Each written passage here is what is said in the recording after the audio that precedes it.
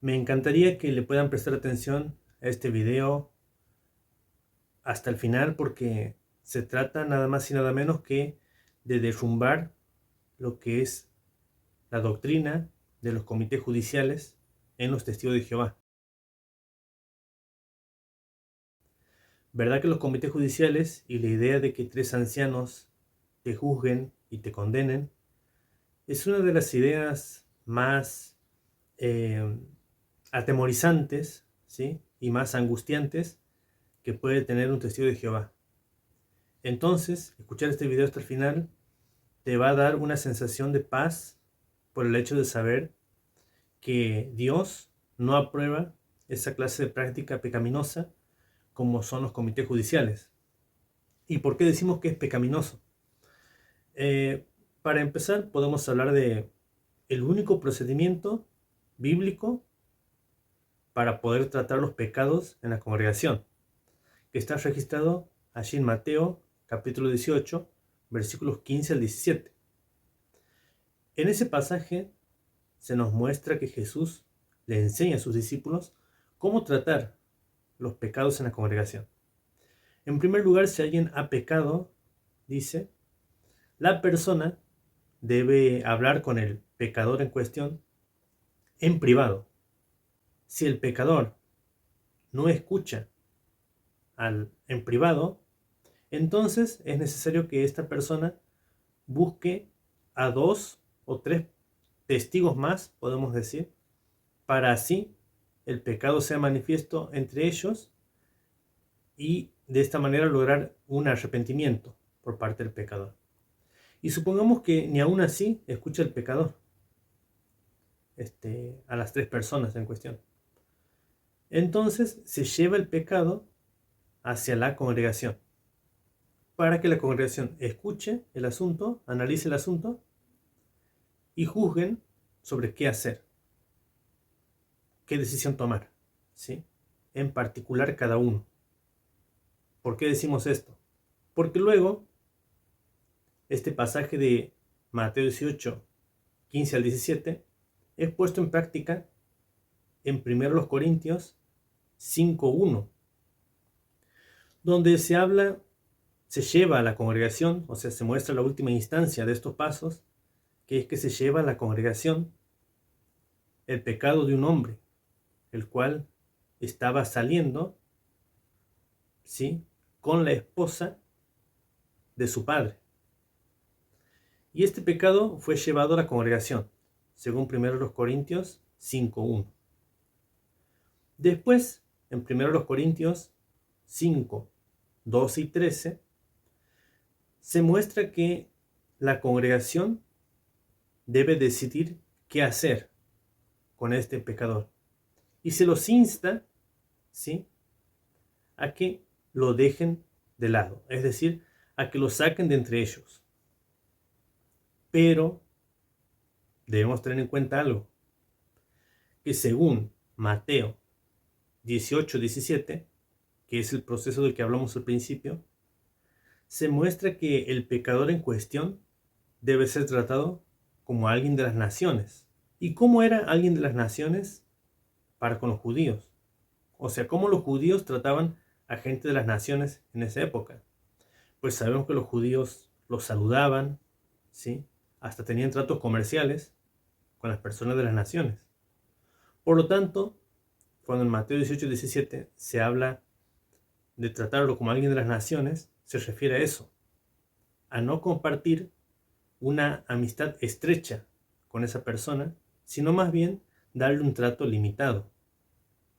Por eso, a este pasaje de 1 Corintios 5, 12 y 13, entendemos como que al remover al pecador de entre ellos, se refiere a que este pecador ya no tiene una amistad estrecha con los de la congregación, ¿sí?, sino que el trato que se le da es limitado, como quien se trata a alguien de las naciones, ¿sí? Y luego, en 2 Corintios 2:6, se nos muestra algo muy importante con respecto a este pecador.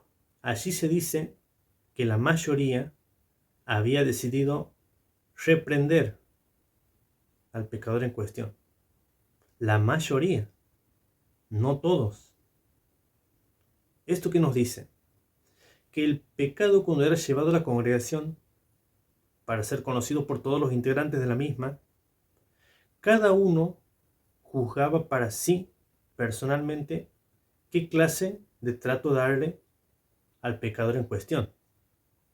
Y como se muestra allí en ese pasaje, según Corintios 2:6, la mayoría había decidido reprenderlo.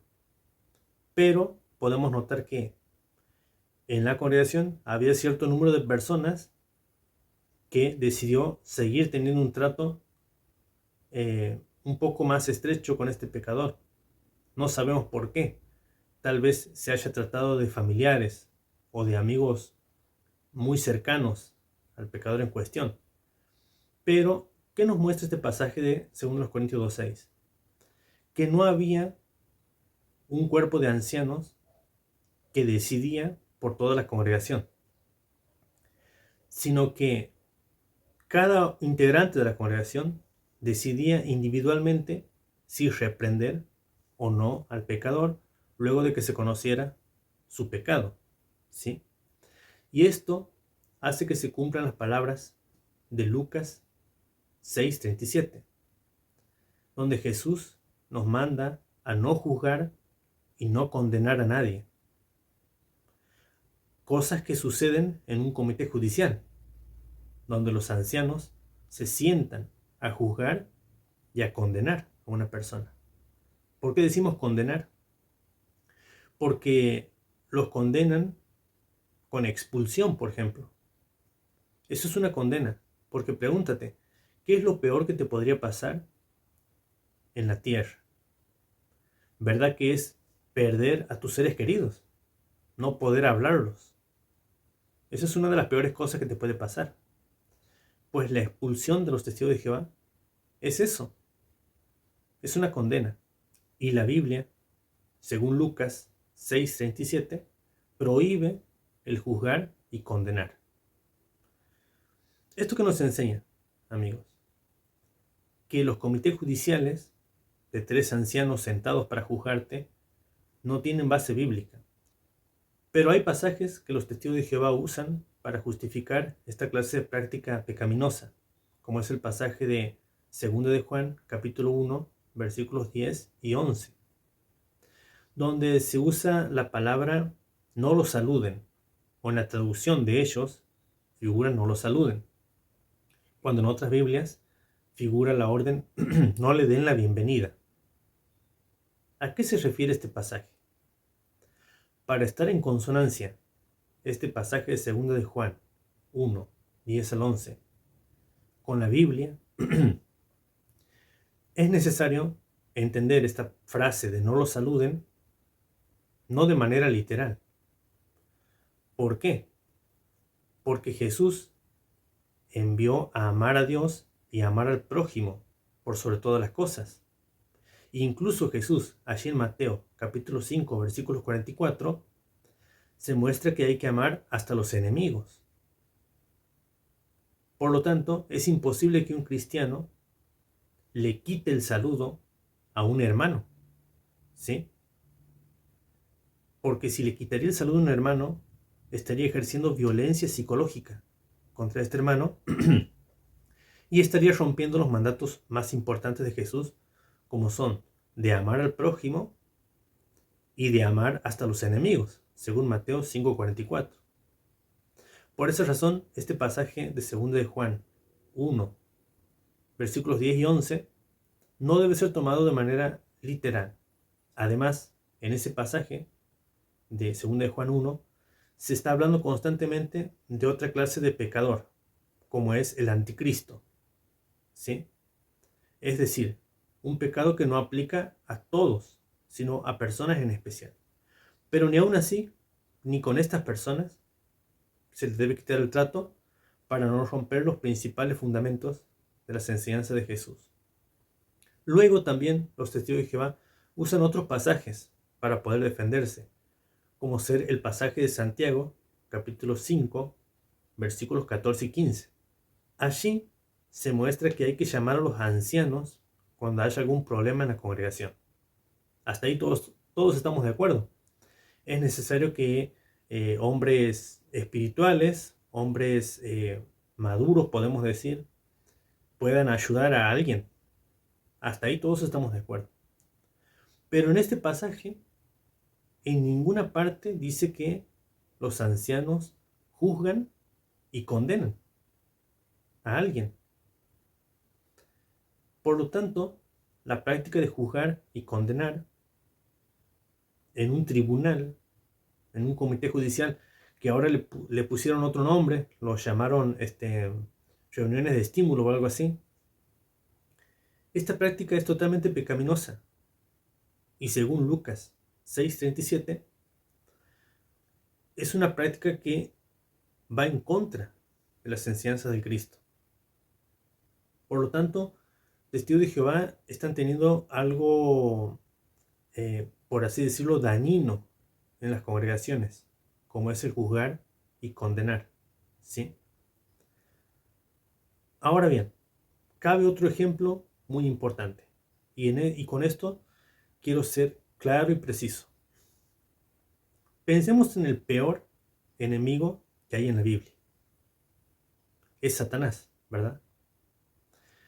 Satanás, según Génesis 3:15, fue condenado y sin lugar al arrepentimiento. Es decir, es el primer condenado absoluto de la Biblia. Bien, ahora Satanás no tenía tratos con Dios ni con los ángeles después de ser condenado. Fue expulsado como hacen los testigos de Jehová. Pues no, ni siquiera con el peor enemigo, Dios y los ángeles dejaron de tener trato. Basta con leer Job, por ejemplo, para ver cómo el Dios bíblico tiene trato con Satanás en conversaciones. O basta con leer Apocalipsis 12:4, donde se muestra que Satanás fue capaz de extraviar al tercio de los ángeles. Es decir, que este ser que fue expulsado, que fue condenado desde un principio, tenía la posibilidad de conversar y de tener trato con los ángeles. Esto nos enseña que ni siquiera con el peor enemigo de la Biblia se aplicó una expulsión como lo hacen los testigos de Jehová. Por lo tanto, no solamente la expulsión y los comités judiciales van en contra del procedimiento que Jesús enseñó allí en Mateo capítulo 18, versículos 15 al 17, sino que también va incluso en contra de la forma en cómo se trató al peor enemigo, el cual fue condenado, pero no se le quitó ningún tipo de trato social. Bien, amigos, de esta manera podemos decir que hemos derrumbado, ¿sí?, una práctica pecaminosa de las congregaciones, como es el de ancianos que se sientan a juzgar y condenar, que va en contra de Lucas 6:37, que va en contra de Mateo 5:44, donde se nos manda a amar hasta los enemigos, y así por el estilo. Y es así como podemos dar por concluido este tema, mis queridos amigos. Muchas gracias por su buena atención. Les agradezco de corazón realmente el apoyo que le están dando a este canal. Y nos vemos hasta la próxima entrega. Que estén bien.